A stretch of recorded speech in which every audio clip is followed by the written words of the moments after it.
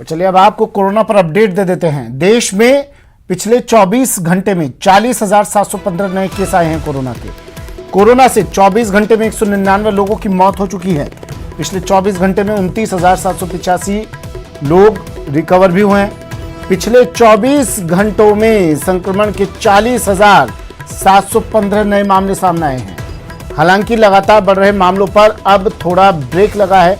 इससे पहले 40,000 से कम मामले 19 मार्च को सामने आए थे। देश में कल कोरोना से 199 लोगों की मौत हो गई। हालांकि कल 29,785 लोग ठीक भी हुए। आज की स्थिति बता देते हैं, प्रदेश की स्थिति बता देते हैं आपको। प्रदेश में कोरोना पर अपडेट दे देते हैं आपको। 24 घंटे में कोरोना के 602 नए केस सामने आए हैं। कोरोना से अब तक 2,803 मौतें हो चुकी हैं राजस्थान में। जयपुर में एक दिन में 148 नए केस सामने आए हैं। प्रदेश में अब 4,006 एक्टिव केस हैं। 24 घंटे में 176 मरीज रिकवर भी हुए हैं।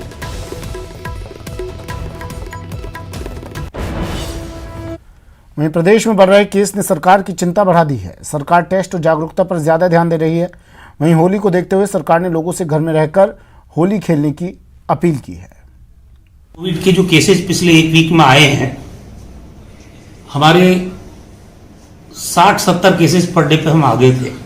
एक्टिव केसेस की संख्या भी बहुत कम हो गई थी।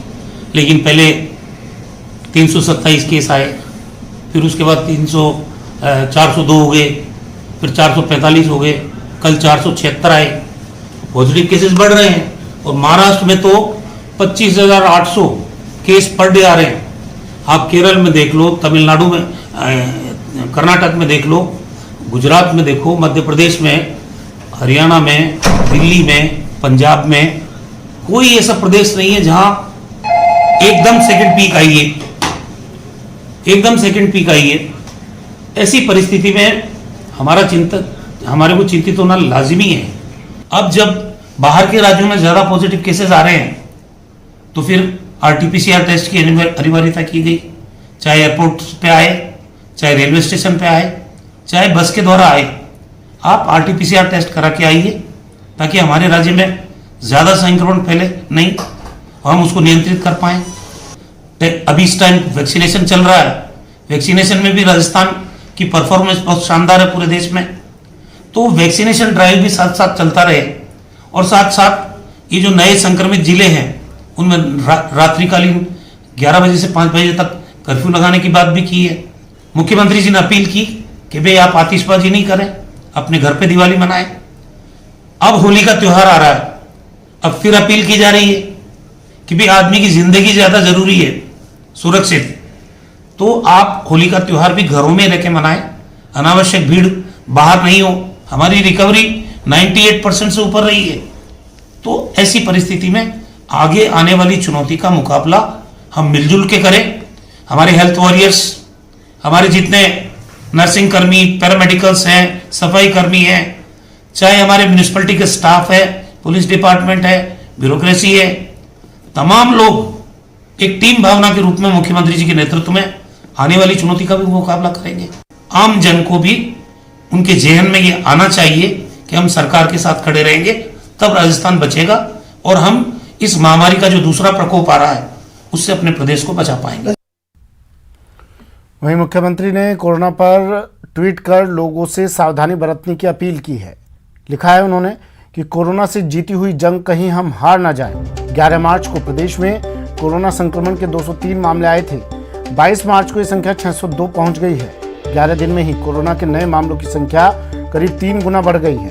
अगर अभी भी लापरवाही बरती गई तो स्थिति बिगड़ सकती है। इसलिए मास्क लगाएं, हाथ धोएं एवं सोशल डिस्टेंसिंग बनाए रखें।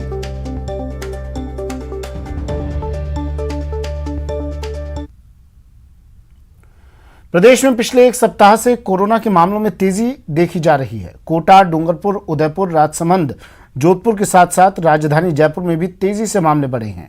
अब कोरोना गाइडलाइन की पालना को लेकर सख्ती की तैयारी है।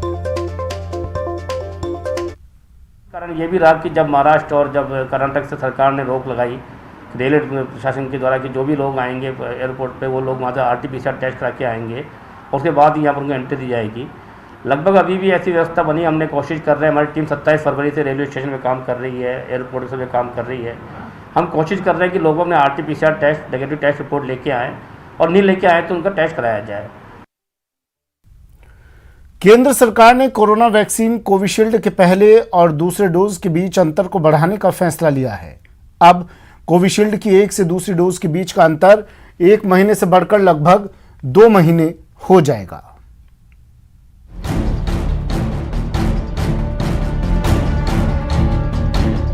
देश में चल रहे टीकाकरण अभियान के बीच केंद्र सरकार ने कोविशील्ड टीके की 2 डोज के बीच के अंतर को बढ़ा दिया है। केंद्र के नए फैसले के मुताबिक अब कोविशील्ड के दोनों डोजेस के बीच कम से कम 6 से 8 हफ्ते का अंतर रखना होगा। दावा किया गया है कि दूसरा डोज 6 से 8 हफ्ते के बीच देने पर कोविशील्ड ज्यादा असरदार साबित होगी।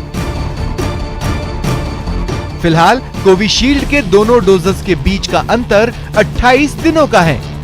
केंद्र सरकार ने national technical advisory group on immunization और वैक्सीनेशन एक्सपर्ट ग्रुप की ताजा रिसर्च के बाद ये फैसला लिया है, जिस पर अमल राज्य सरकारों को करना है। कोविशील्ड टीके को पुणे की सीरम इंस्टीट्यूट तैयार करती है। भारत में अभी सबसे अधिक इस्तेमाल इसी टीके का हो रहा है। बता दें कि देश में टीकाकरण अभियान 16 जनवरी से शुरू हुआ था। 1 मार्च से टीकाकरण के दूसरे चरण की शुरुआत हुई थी। देश में अभी तक 3.55 करोड़ लोगों को टीके की पहली डोज दी गई है, जबकि करीब 75 लाख लोगों को दूसरी डोज दी जा चुकी है।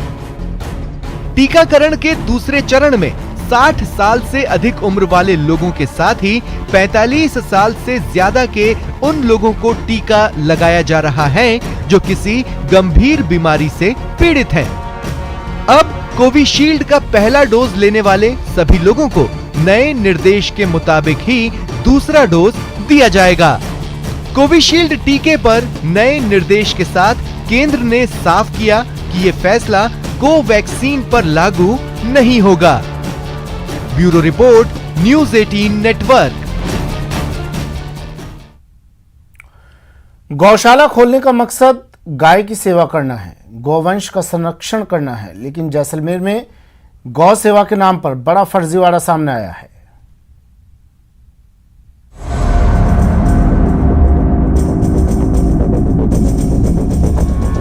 गौशाला खाली, लाखों की कमाई।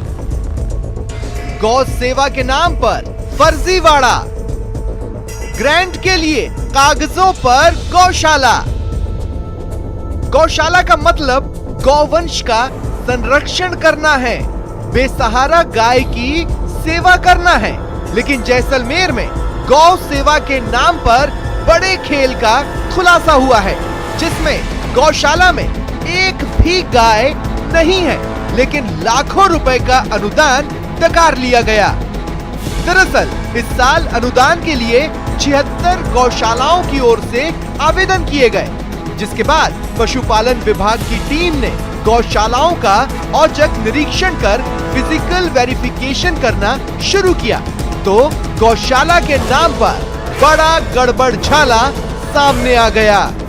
संयुक्त निदेशक महोदय के आदेश की पालना में हम क्षेत्र के विभिन्न गौशालाओं में दौरे किए टीम द्वारा, तो वहाँ पर किसको समझाए हम, समस्या ये आई गौशाला संचालक भी नहीं, अध्यक्ष भी नहीं, गाय भी नहीं, चारा भी नहीं, पानी भी नहीं। पशुपालन विभाग ने 25 गौशालाओं का फिजिकल वेरिफिकेशन किया है, जिसमें 12 गौशाला में एक भी गाय नहीं मिली। लेकिन इनमें से 6 गौशाला संचालकों ने पिछले साल 62 लाख रुपए का अनुदान उठा लिया, जबकि 20 गौशालाओं में गौवंश के लिए शेल्टर की व्यवस्था तक नहीं है। इतना ही नहीं, 9 गौशालाओं में पिछले साल के मुकाबले गौवंश की संख्या कम पाई गई। लेकिन हर साल करोड़ों का अनुदान उठाया जा रहा था। पशुपालन विभाग अब गौशाला के नाम पर गड़बड़ झाले को रोकने के लिए गौवंश की टैगिंग और निष्क्रिय गौशालाओं का रजिस्ट्रेशन कैंसिल करने की कवायद में जुटा है। जो इतना हो सकता है उतना पूरे पारदर्शिता से विभाग काम करने जा रहा है और किसी भी फर्जी काम को रोकने के लिए पूरे सरकार द्वारा विभाग द्वारा प्रयास किए जा रहे हैं। इनाफ टैगिंग से काफ़ी मतलब उसके ऊपर रोक पाना संभव हो जाएगा। इस विषय में हम हमारे उच्च अधिकारी से मार्गदर्शन ले रहे हैं और हमारे संयुक्त निदेशक महोदय भी इस विषय में काफ़ी संवेदनशील है और लगातार उच्च अधिकारी के संपर्क में है कि ऐसी गौशालाएं जो धरातल पे निष्क्रिय है, अक्रियाशील है। पशुपालन विभाग की ओर से भले ही अब गौशाला में फर्जीवाड़े पर रोक लगाने की कोशिश की जा रही है, लेकिन बड़ा सवाल ये है कि पशुपालन विभाग की ओर से सिर्फ कागजों पर चल रही गौशालाओं को बिना पड़ताल किए लाखों के अनुदान का भुगतान कैसे कर दिया गया। न्यूज़ 18 राजस्थान के लिए जैसलमेर से सिकंदर शेख की रिपोर्ट।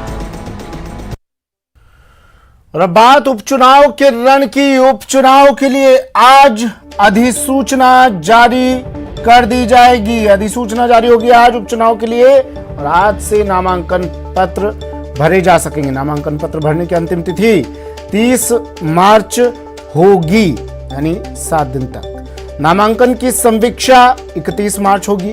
3 अप्रैल तक नाम वापसी कर सकेंगे तमाम प्रत्याशी उम्मीदवार।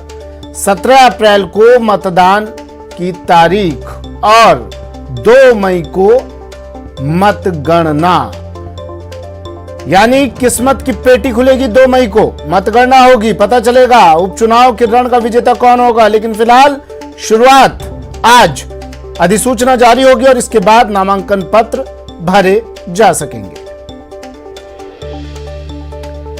मिशन मरुधरा के लिए कांग्रेस प्रभारी अजय माकन जयपुर पहुंचे। यहां सीएम गहलोत के साथ उन्होंने उपचुनाव का मास्टर प्लान तैयार कर लिया है।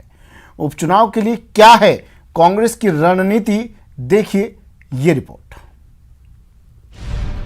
मिशन मरुधरा पर अजय माकन। उपचुनाव पर कांग्रेस का महामंत्र। गहलोत माकन ने बनाई रणनीति। सूबे में 3 सीटों पर होने जा रहे उपचुनाव के लिए कांग्रेस ने मास्टर प्लान तैयार कर लिया है। इसी के तहत प्रदेश कांग्रेस प्रभारी अजय माकन जयपुर पहुंचे और पीसीसी में पदाधिकारियों के साथ मंथन किया। माकन ने कहा कि सभी सीटों पर पार्टी की अच्छी तैयारी है। सरकार के विकास कार्यों और बेहतर कोरोना प्रबंधन का लाभ पार्टी को उपचुनाव में मिलेगा। कि हमारी जमीनी तैयारियों के हिसाब से सरकार के अच्छे कार्यों को देखते हुए जिस तरीके से विकास के कार्य कांग्रेस की सरकार ने पिछले वर्षों में यहाँ पे किए और खास तौर के ऊपर 3 विधानसभा क्षेत्रों में जहाँ पर कांग्रेस के विधायक थे उनके बहुत अच्छे कार्य लोग अभी भी याद कर रहे हैं। इन सब चीज़ों को देखते हुए हम लोग बहुत आशावान हैं कि हम इन चुनावों के अंदर कांग्रेस पार्टी बहुत अच्छे नतीजे लेकर के आएगी। पीसीसी बैठक में पहले अजय माकन ने सीएमआर में मुख्यमंत्री अशोक गहलोत से मुलाकात की और उपचुनाव को लेकर तैयारियों पर लंबी चर्चा की। माकन ने पीसीसी चीफ और पर्यवेक्षकों से मंगलवार तक नामों के पैनल दिल्ली भिजवाने के लिए कहा है ताकि तय सीमा पर योग्य प्रत्याशियों का चयन किया जा सके। और जितने भी विधायक हमारे हैं सब एकजुट हैं और सब लोग मिलकर के कांग्रेस पार्टी के लिए सब लोग लगे हुए हैं और सब लोग चाहते हैं कि कांग्रेस पार्टी हमारे कांग्रेस की अपनी परिपाटी है। एक प्रोटोकॉल होता है बाई इलेक्शंस के अंदर किस लेवल के लीडर्स आते हैं, कौन आते हैं, उन सब चीजों को देख करके सब लोग आएंगे। 3 सीटों पर नामांकन दाखिल करने की आखिरी तारीख 30 मार्च है। इसलिए माना जा रहा है कि कांग्रेस आखिरी वक्त पर प्रत्याशियों के पत्ते खोलेगी। न्यूज़ 18 के लिए जयपुर से दिनेश शर्मा की रिपोर्ट। राजसमंद विधानसभा उपचुनाव टिकट से पहले सियासी गुणागणित जारी है, गुणाभाग जारी है। कब्जा जमाने के लिए कांग्रेस बेकरार है तो बीजेपी भी योद्धाओं के साथ मैदान मारने के लिए तैयार है। ये रिपोर्ट देखिए।